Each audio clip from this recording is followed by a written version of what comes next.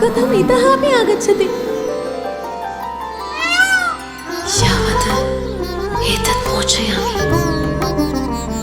Okay, cool. Namaskaram everyone. Welcome to yet another episode of Sanskrit Showcase. Today's session is quite different from the ones we've had so far. One of the reasons for it is that we are going to talk about a movie today, a Sanskrit movie no less.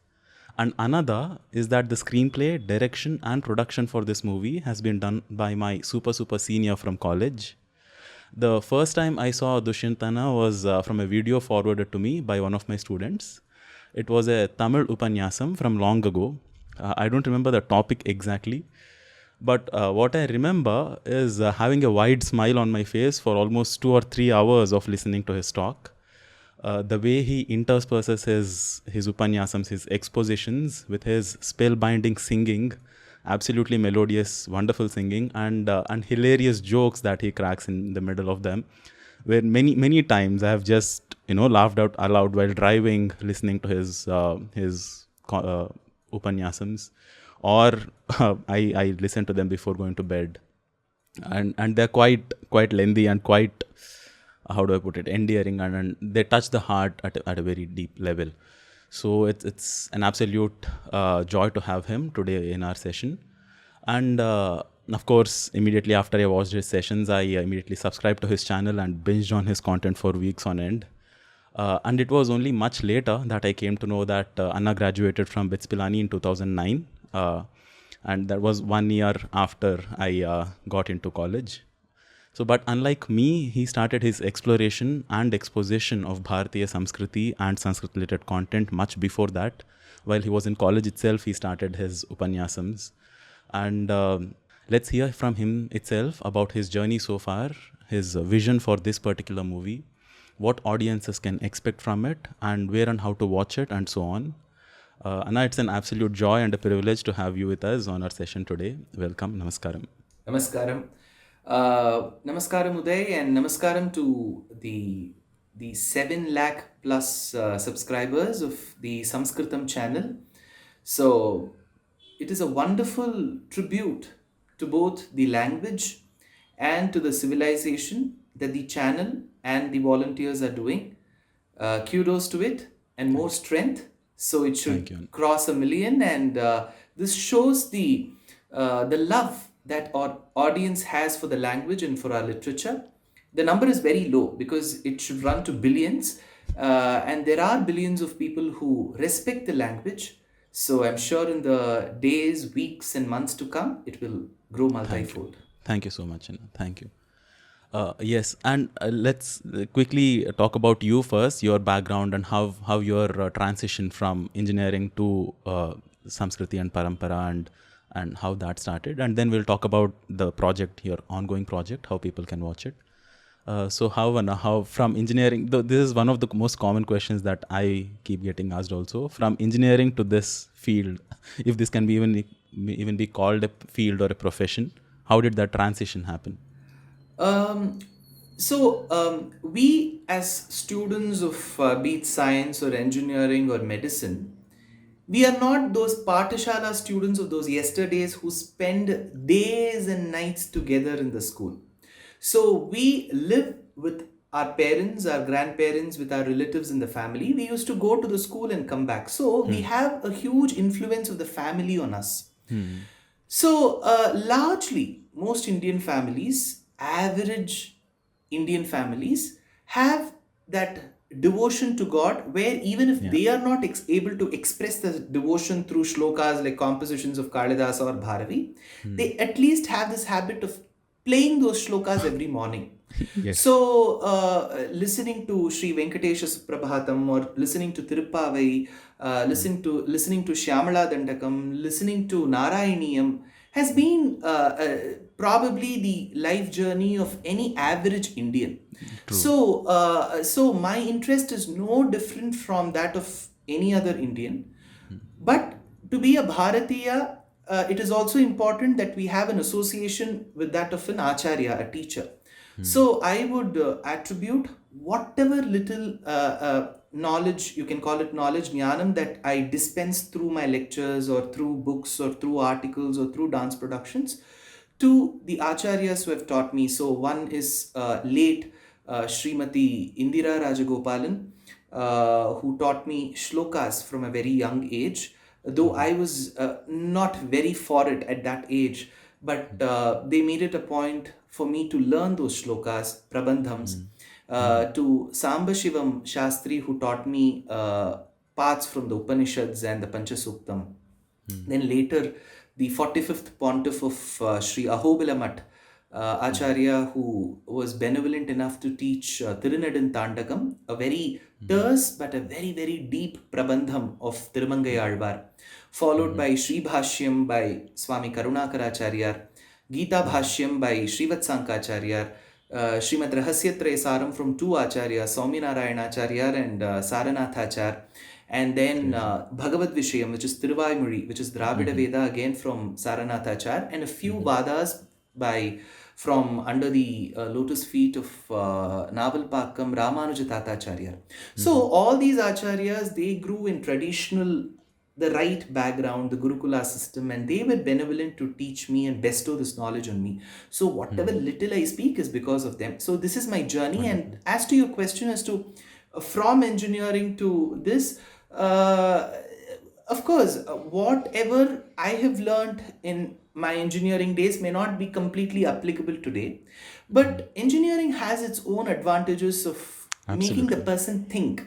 So that comes handy when you learn itihasas and puranas, when you ask this question why, and you get answers for them, even if not immediately, someday or the other. So engineering has been a wonderful journey. Pilani was the first place where I delivered my first lecture. So I delivered 12 discourses during my stay in Pilani. So be it upanyasams or be it the exposure that I had to the world that we see today, it's all because of my life as an engineer or engineering student in Pilani, and then my corporate life also added a lot of value. Just that, walking too many paths at one go may be a bit confusing and time consuming. That's why I had to call my corporate career quits in 2016, and I took it up to rendering upanyasams, harikatha, katha nrityam, conceptualizing dance productions, taking people on heritage tours, writing articles, writing books, and now into this movie production as well. And Abhinavai Patashala is your... Abhinavi Patashala in the last 2 years, courtesy Koronacharya. So I quit my job in 2015. Okay. So despite getting into college a little later than you, I quit it earlier. But I completely agree that all whatever work I do is a sum total of all the experiences and all the skills that I've learned, and it's amazing to hear all the huge list of different kinds of that rich textual tradition and the scriptural tradition that we have. So Anna, to transition from that content, that kind of content, the rich amount of granthas, be it from Vedas, Upanishads and Smriti, and both Shruti and Smriti, from that textual or oral tradition, how can they be mapped? What is the way forward to present those in the modern era content format, be it movies, be it short videos, be it for OTT platforms? How can that be mapped? And from there we'll go to how your movie is coming up. So there are two genres that you largely spoke. One is about short videos. So say for the very neatly presented videos that you create for your channel, which I also watch, what happens is there is content and you present the content as is. Of course, you have your own way of articulating it, you have your own way of presenting it, but there is not too much of deviation from what is there in the Grantham itself. So they are short videos, or it could be for 5 minutes, 10 minutes, or even 1 hour. Take even long videos. But when we take such content to the cinema canvas, it becomes a very different genre, because even let's say I'm doing something like a Shakuntalam in Tamil or a Silapadigaram in Shakuntalam in Sanskritam or Silapadigaram in Tamil, though we may view them as granthas or literature of the past, we should know that the audience who's watching today is of the 21st century. So as a person who has made this movie, I must ensure that my audience doesn't feel bored. See, my duty or my aim should not be, okay, I've brought in Kalidasa's work. It's not about shabby way of presentation. It's about how the audience are accustomed to it, because you get to see movies which are like 500 crores and 1000 crores. So of course this movie doesn't have that kind of a budget. But with whatever budget we have, we should ensure that we take the movie in a very aesthetic canvas for the audience's eyes to get captured. Thereby, what will happen is, even if the audience may not be that much inclined to the language, at the end of the day, they will be watching this movie, and there are chances that a certain section, a percentage of the audience may want to explore more about the language. So the ultimate motive of inspiring people to respect the language, know more about the language is achieved. But at the same time, I have to keep in my mind about the current audience. They have matured in a certain way in cinema making. It's not the 1920, it is 2021. It's 100 years since we have passed Harish Chandra and all of that. So they will know what they want. So it was a task, but it is a very, very challenging and a very inspiring work also. To take Kalidasa's Shakuntalam, which is like 1800 years before, to 2021 and meet audience. I asked this question because the way the story is set up, in a text format when you read it, or in a Harikatha format, or in the traditional formats, there is a lot of, it's like a Tolkien book, for example, where there is a lot of background setting, there is a lot of attention to detail. But when you abridge it, when you'll have to make sure that the conflict, as they put it, that is the key. There is a conflict, and that is resolved in the throughout, as a part of the story. So as a part of it, how can all these? So there are so many Mahakavyas, and there are Khandakavyas, and all of these. So do they have the potential to be converted into movies? And people are talking about Mahabharatam and the same storyline or a similar storyline. There is a fight between brothers, and there is a maternal uncle figure. Be it Bahubali or be it many stories that we have seen on large screen as well, have this similar kind of a drama. But how can they be translated? Because again, our kavyas are not just stories for entertainment, but they also impart that spiritual wisdom. For people who cannot, or who are not inclined towards Upanishad or Vedic study, kavyas also impart the same wisdom, but in a more, how do I put it?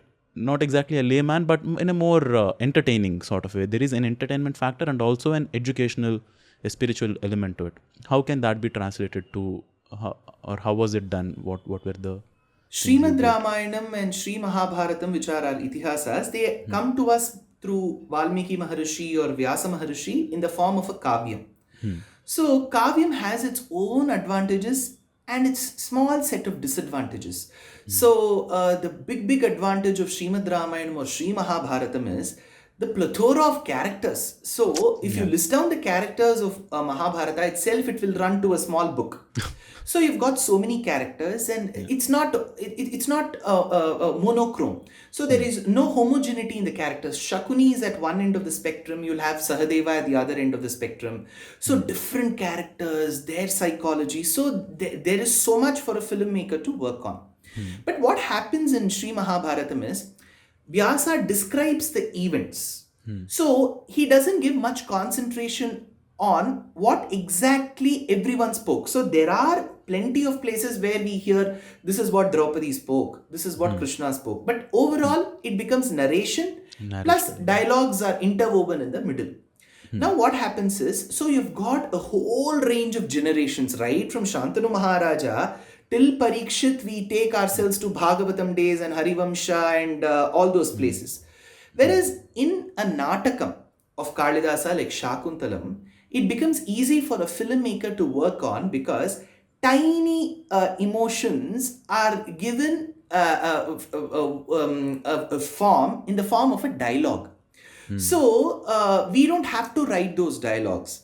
So there's a great intellectual called Kalidasa, who has picked up a certain portion from the Adi Parva of Mahabharata, which deals with Dushyanta Maharaja, Shakuntala, Vishwamitra, and Bharata, who is Sarvadamana.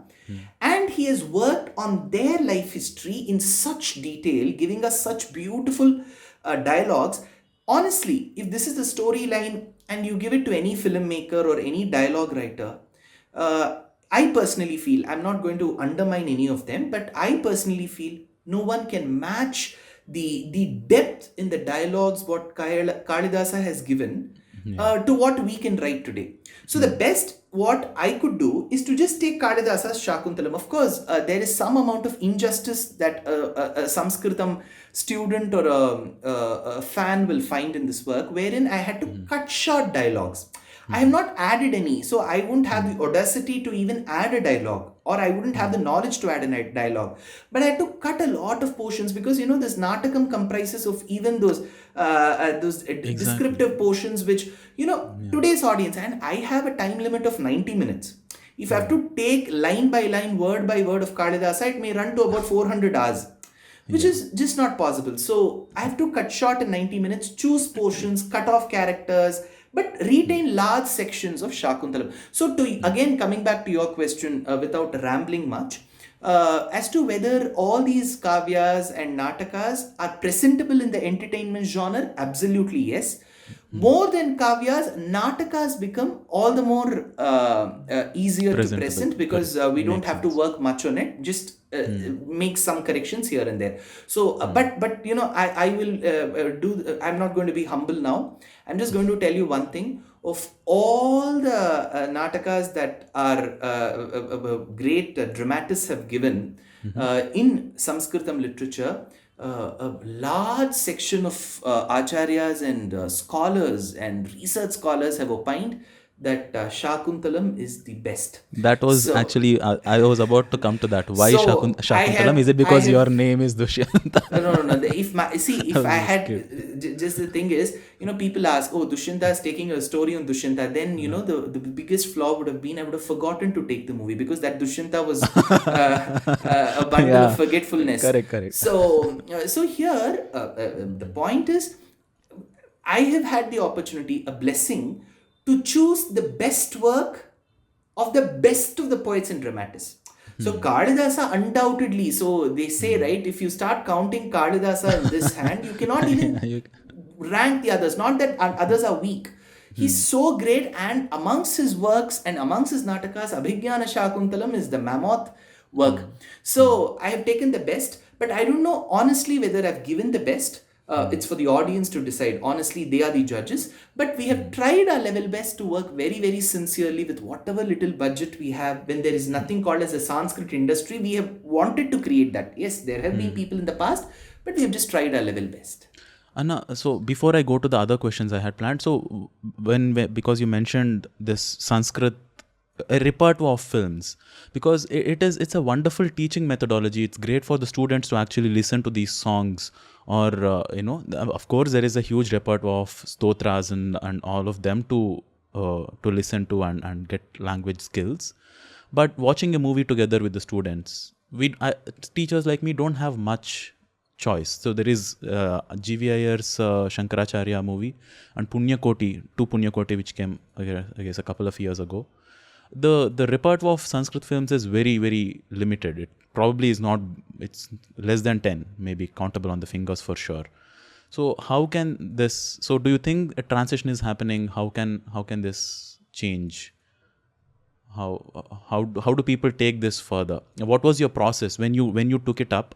Can you quickly give us a timeline or a step of how this, from inception to now that the trailer has come out and from start to finish, for different teachers? Or I know some students right now on Instagram, there are people who are creating content creators like me in Sanskrit have grown, but still there are people who are motivated for sure. But despite the budget constraints and all of it, I just wanted to quickly, from you who has already started this process and who has experience in this field, from the idea and the desire and the intent to take a work and present it in a modern celluloid format or whatever format, from inception to end with all the elements. Of course, you have too many cultural elements of cultural classical dance and music, but how a rough sketch of the pipeline, of the production pipeline, if you may. Yes, Uday, I'll be very, very happy to kind of very succinctly describe this entire journey. And before I even describe the entire journey, of course, the efforts were there. This production of Deshikadaya Productions, which has given this movie, the trailer now, is the vision of two people. One, my partner K.T. Srinivas from Chennai, and my humble self. So both of us, we wanted to create projects which most filmmakers may be apprehensive of taking up first of all. So because that's how commercials also work. See, for a person who invests money, he wants the money back and something more. Yeah. So they may say, a lot of filmmakers may say it's a wonderful concept, but where is the money going to come from? So we wanted to take up those projects, which are abandoned and orphaned by such filmmakers for a variety of reasons. One is commercials, and second is also some amount of expertise. So let's take a very good filmmaker also takes up to Sanskritam. First of all, he has to appreciate the language. He has to learn who are the poets. He has to then read the work. He has to look into the translation and then come up with the work. I don't think they'll be in that mind state to even take up such a work.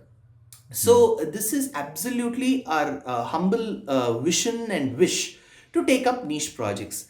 Over and beyond that, I have personally believed today that three people are very, very influential and call them blissful in my life. One is the 11th century philosopher Bhagavad Ramanujacharya, for a variety of reasons that he's a beacon of light, he's the guiding light. Followed by him is Swami Vedanta Deshika, who was an astute poet, dramatist, poet extraordinaire, a sagacious dietitian, a preceptor, a lesser known mathematician. He was a polymath, he was a polyglot, he was a university. So he's number two. And number three is the sage of Kanchi, who just lived till about 1994. And I'm sorry, at number 3, your voice got cut. Okay. So number three is the great sage of Kanchi, who lived till about 1994, referred to as Paramacharya or Mahapariva. So they become inspiration in some way or the other, and I honestly believe that they have been the guiding force behind this project. Said that, the entire journey is in the mind, but it has to get transformed some way or the other, for which we need a lot of stakeholders. We need right from the costume designer to the makeup person to a direction team to the casting members and then the editor, audiographer. So there's a huge team that's required to make a movie.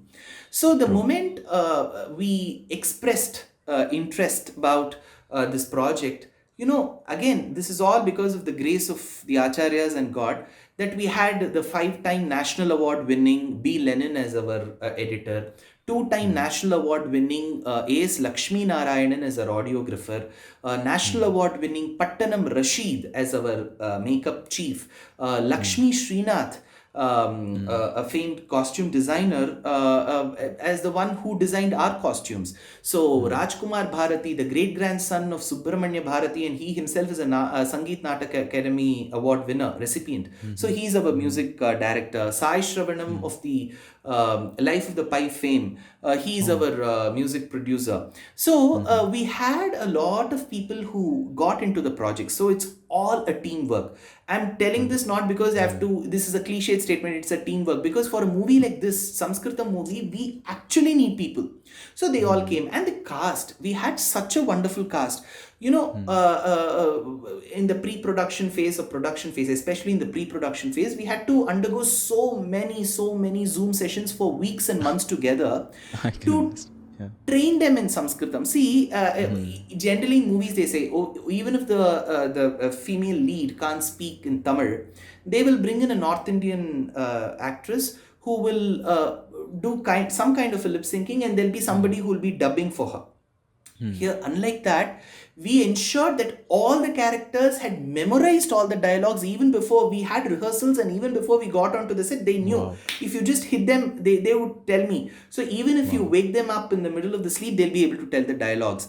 So because it's very, very tough. Generally what happens in movies and serials is a very simple thing, wherein there is a person who will be prompting the dialogues. True. So here, that was the biggest task, because who's going to prompt? Because the people who are going to work, see, I have to direct, I have to sit next to the cameraman, I have to look into the monitor, and I can't keep prompting. So they had to memorize the dialogues. It was not a choice given to them. So they all cooperated so much, right from veterans like YG Mahendra, Mohan Ram, and TV Varadarajan, SM Shivakumar, who are all veterans. They all memorized. They used to send me those voice messages to check if it's right or not. So it is absolutely, I will credit it only to the entire team, because if one of them had flawed, it would have been another task. Forget all this, Uday. So there is one team, there is a cast, they all love the subject. There is another thing to it, which is we were shooting it in the midst of the pandemic.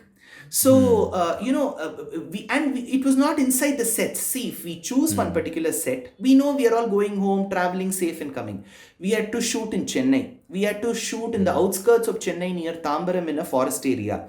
We had to shoot in Kadapakkam, which is near Pondicherry in the backwaters. We had to shoot in the Tiger Caves on the ECR road. We shot in Lepakshi in Andhra Pradesh, Somanathapura in South Karnataka, Badami Aiholekat Pattadakkal in North Karnataka. And it's not 3-4 people I have to take the technique. So we were all a group of about, say, roughly about 50 to 60 people on an average 55 people. So we were traveling in buses. So there is an RT-PCR, double vaccination. Nobody should fall sick. And our project cannot afford to say, okay, these 4 days we have shot, I didn't like the shots, okay, let's do it again. No, we didn't have that money to say, let's repeat. People should not fall sick. People should not fall down, because those scars will be visible. So much of tension, but we had to do it because we have taken up a task. So, and we don't know when this pandemic will go. We had to take all the precautions. So it was a journey. Again, I'm not trying to create one big thing that we were the first ones to make. There are people who do. But see, in this genre where we are, when we don't have a backup who'll say, okay, how much ever you spend, I'll keep giving you money. No, nothing like that. So it was a fixed budget, and then we had to work on that. But again, it's because of the grace of gods, acharyas, and the entire team.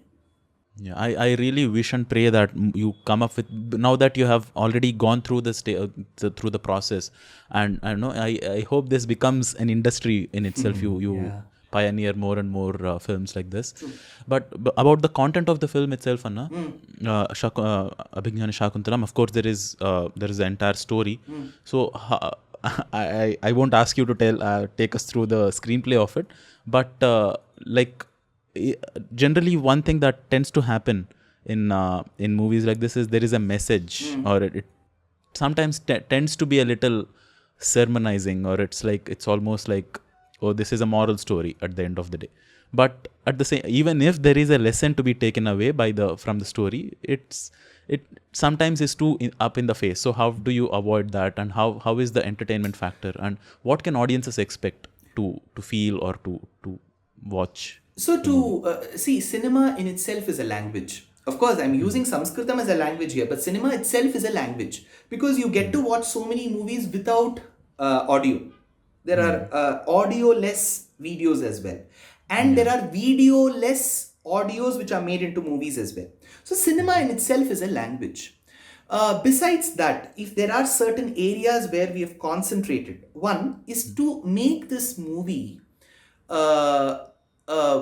be perceived in the minds of the audience as the convergence, as the confluence, as the fulcrum of a lot of the ethos what we carry in our Indic Vedic civilization. One is with respect to the languages. So 95% of the dialogues are in Sanskritam. 5% is in Prakritam. In fact, in the original work, for every dialogue of the woman, it's given in Prakritam and Sanskritam. But we wanted to maximize Sanskritam, so we have deployed 95% of the dialogues in Sanskritam, 5% in Prakritam. Besides this, to show that, see, though we speak so many languages and every language has its beauty. So since you live in Hyderabad, Uday, you know Telugu Teta, they say it's so sweet. Kasturi Kannada, Desha Bhashalandarku Telugu lessa. That's how Amukta Malyada begins in Sri Kakulandra Vishnu Temple by Krishna Devaraya. Kasturi Kannada, so beautiful is Kannada language. I was born and raised in Bangalore. தமிழுக்கும் அமுது என்று பெயர். It is nectar. So every language is beautiful. So I wanted to kind of instill this pride. So this is a Sanskrit movie, but you will find one Tirukkural in it. So there is one song which has been rendered in the background. See, if the character speaks in Tamil, it may not make much sense. So for that situation, we have deployed in the BG, background music, a Tirukkural in Tamil. Wonderful. Beautiful Kural by Valluvar in Tamil. Then we have deployed a Shringara Padam of Kshetraya in Telugu, a Malayala Padam by Swati Tirunal, and then Yakshagana, a dance performance, a beautiful folk dance performance in Kannada. And then we have a couplet in Avadhi from Ramcharitmanas. So one, I want people to perceive that, see, we are all maybe divided by languages, but we all have something that's running between us, that emotion. The fabric, The that fabric, it's a that beautiful unites fabric. us. Exactly. So there's nothing like one language is superior, the other language is inferior. All languages, Bhasha, Geeti Prashasta, Bhagavati Vachanat, Rajavachopachara, says Vedanta Deshika, language, whatever be it. So with respect to language, second, with respect to architecture, the 8th century Pallava architecture, the 13th century, 6th, 7th century Chalukya architecture, 13th century Hoysala architecture, 16th, 17th century of Vijayanagara architecture that we have deployed. So different architecture styles. And the other thing is with respect to fabric.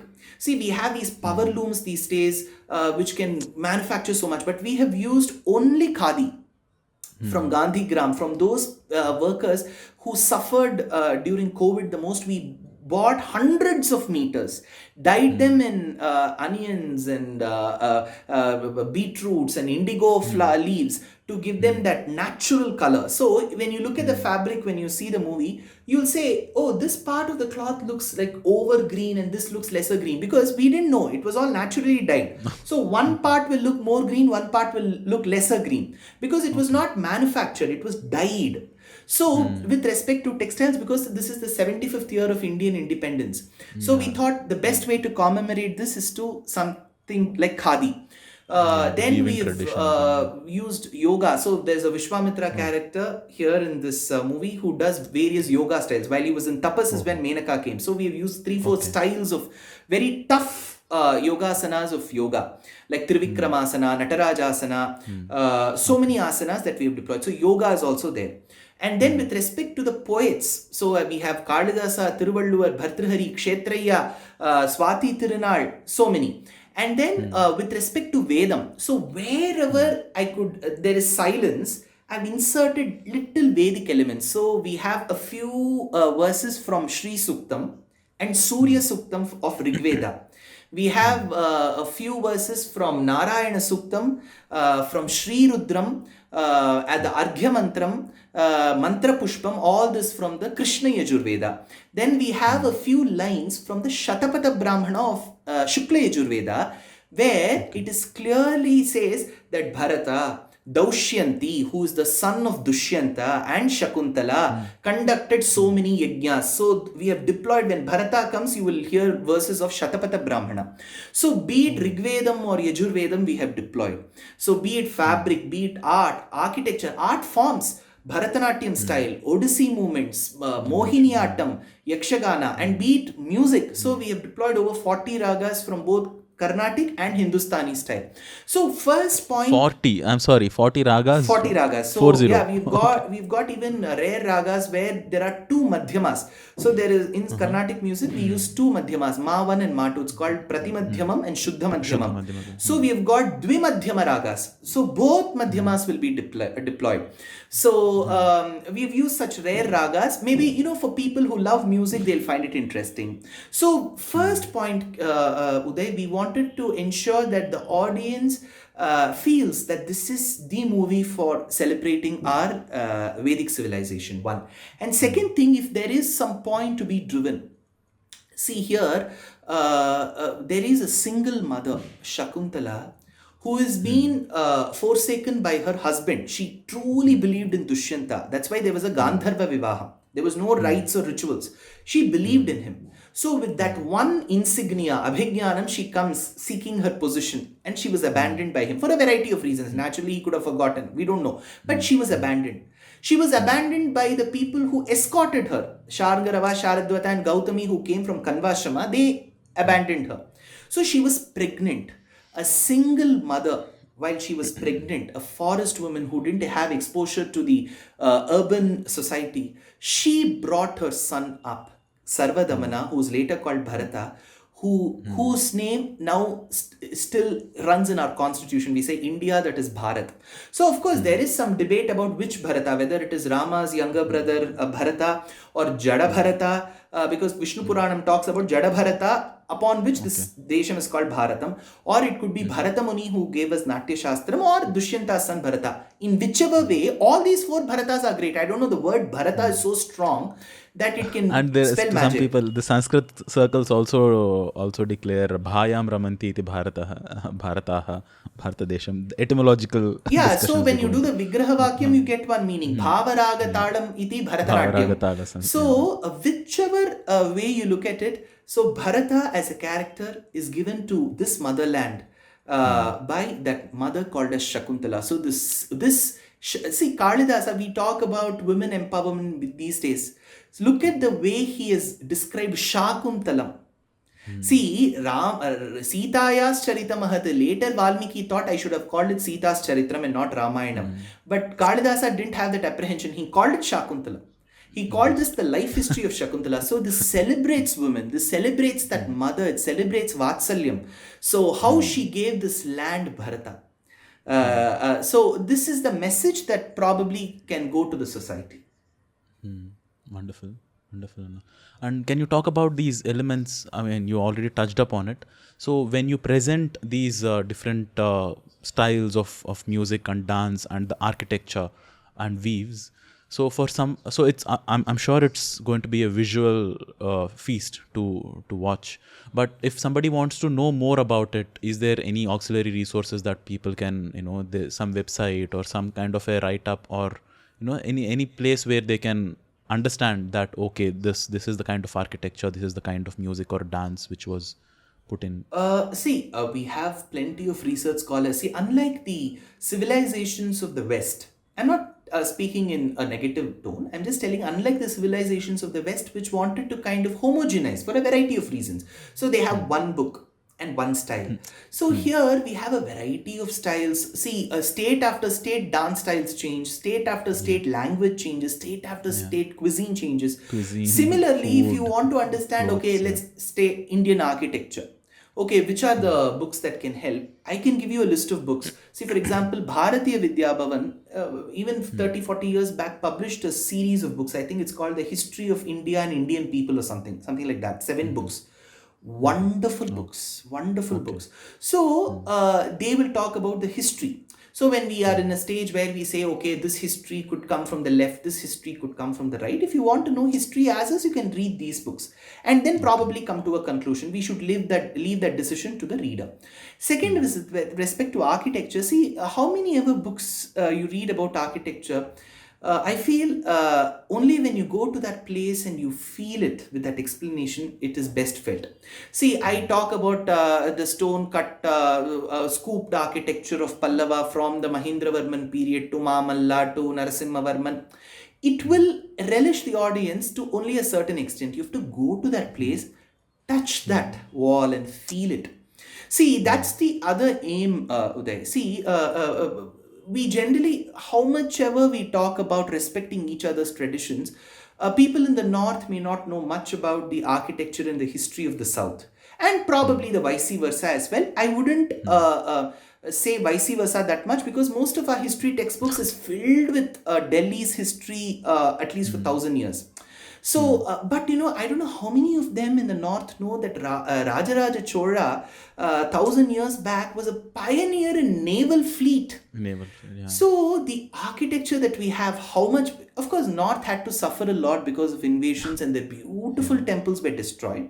But Yeah, if I keep telling them thank you for being our human shields. yeah, they It's were unfortunate, but protecting and they are still yeah, protecting. But if they unfortunately. want to relive the past, probably they have to visit the south, and we as people who live in the south should welcome them in open hands.